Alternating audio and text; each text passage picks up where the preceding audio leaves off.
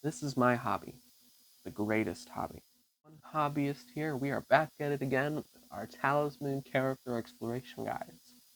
Now, the last character we covered was the first character in the Firelands expansion with the Nomad, and we learned about all of her areas of taking advantage of the terrain and being able to override terrain cards. So now we have got 3 characters left, so let's go ahead and get on to that next character. The next character that we're going to be covering is a character whose whole persona seems a lot jester-like, and that he's a little bit more entertaining, but he's a little bit more tricky. This character is, in fact, the Jin Blooded. Let's go ahead and take a peek at the Jin Blooded character card. So, the Jin Blooded has a strength of 2 and a craft of 4. He has 4 fate, an average of 4 lives, and he is a neutral character, our second neutral character in this Firelands pack, who starts in the city, which is why we have him when we do. Now, if you haven't seen my Nomad video, there is a logo right down here in the bottom right. You see that little flame that's in black? That is the symbol of the Firelands expansion. Any cards, any spells, or end conditions that contain this logo, and all of the characters that I'm going to be covering are going to have this logo signifying that they are a part of the Firelands expansion. So if at any time with any of the other expansions that you aren't interested in using the Firelands expansion, just look for that little logo, and it makes it very useful when it comes to separating it all. Well, let's go ahead and move forward with the Jin Blooded. So this character has 4 abilities in comparison to the 3 that the Nomad had. So let's go ahead and take a look. You begin the game with 2 spells. Okay, so that's a pretty solid start for the Jin Blooded. So far, with the characters that we've covered, right now, only the Jin Blooded and the Wizard from the very beginning of the base game are the only 2 characters thus far that begin the game with 2 spells.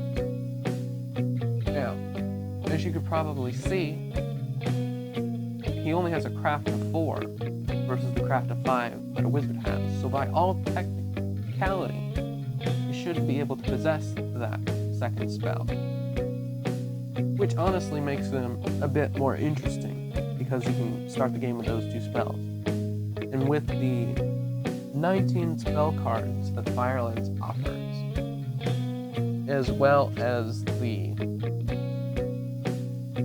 24 base game spell cards, you already open yourself up to the 39 total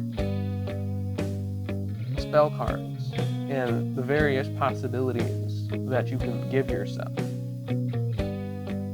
So, the second character ability that I'm going to be getting into with the Jin Blooded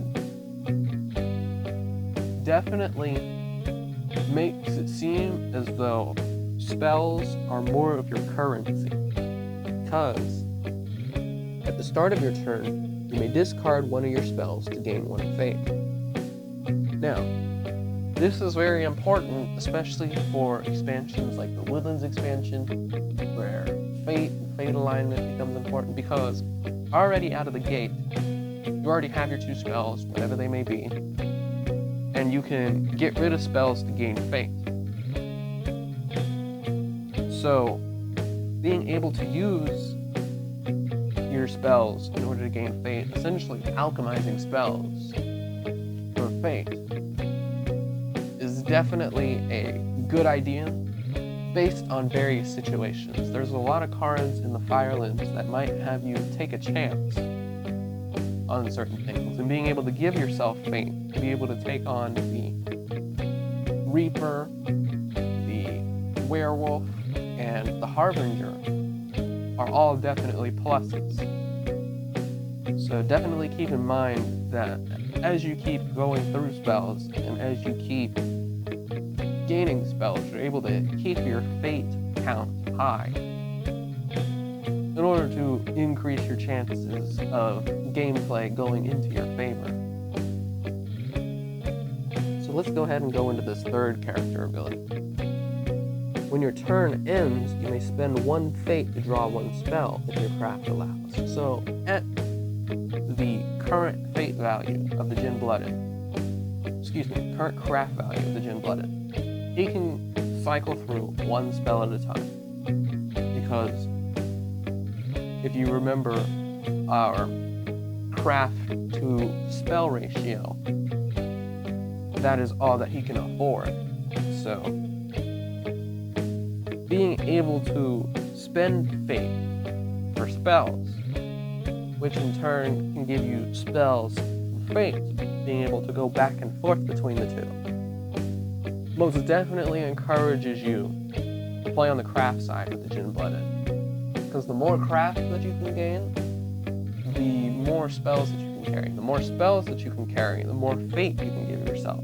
And the more fate you can carry, more fate you can convert into spells. So being able to flip-flop back and forth between fate and spells is his area of expertise. So inside of the city expansion, if you're playing with the city expansion with the Jin Blooded, then the Magic Emporium is an area in which the Jin Blooded will thrive the most.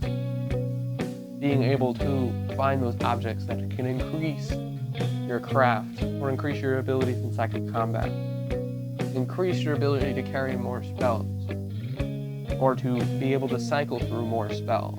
The Jin Blooded is a spell cycling character. It's just that his kit is very, very situational and very codependent on fate and spell count. So being able to use that fate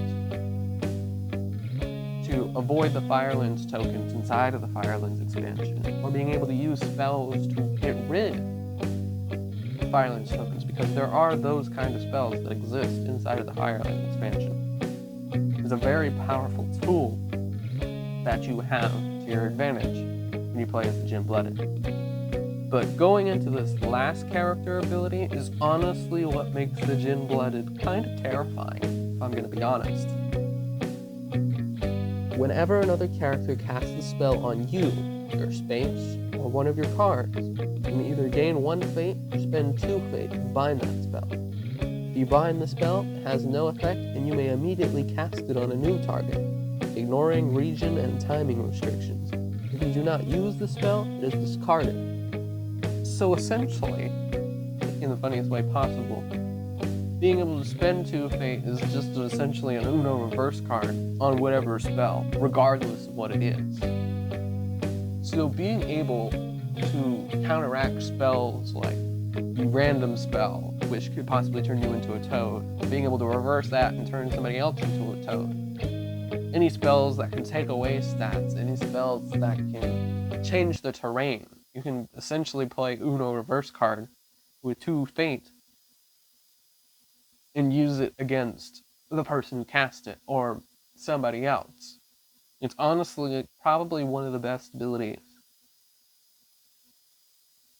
inside of the Firelands, but also just one of the best abilities in Talisman in general, because there is a huge load of spellcasters, but it does you no good to be a spellcaster if the Jin Blooded has enough fate. If you have been playing it right, where you've been spending spells to get enough fate, and using enough fate for spells in order to spend that two fate, find the spell, being able to use it against somebody else. Honestly, it can be one of the most dangerous and most potent abilities that the Jin Blooded has in his arsenal. So, overall, I definitely agree that spells is the way to go with the Jin Blooded. Being able to get enough spells to not only cycle for yourself, but also to be able to replenish your fate or to exceed your fate value, which then in turn can allow you to gain more spells. It honestly is a very, very strong ability. Could I necessarily put him overall above the Nomad? Honestly, when it comes to the Firelands characters, it's really hard to tell. Because The Nomad specializes so much on controlling the terrain of Talisman, being able to control the terrain in any of the regions, with of course the exception being the inner region. But would I say that controlling terrain versus controlling spells is 100% better? It's hard for me to say. But overall, if the Jin Blooded definitely comes up in the character selection pool, and there's a lot of spellcasters who are my enemies, then the Jin Blooded is definitely a character that I want to use to fight against him. But I'm also aware of the fact that the Jin Blooded only has a strength value 2, and that his abilities don't really pertain to him gaining a lot of strength. So any of the strength-based characters are some that you have to watch out for.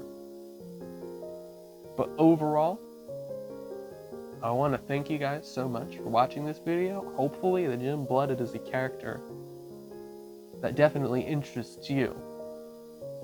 Or might be a character that you might want to pick and choose which ways that you want to experiment with him.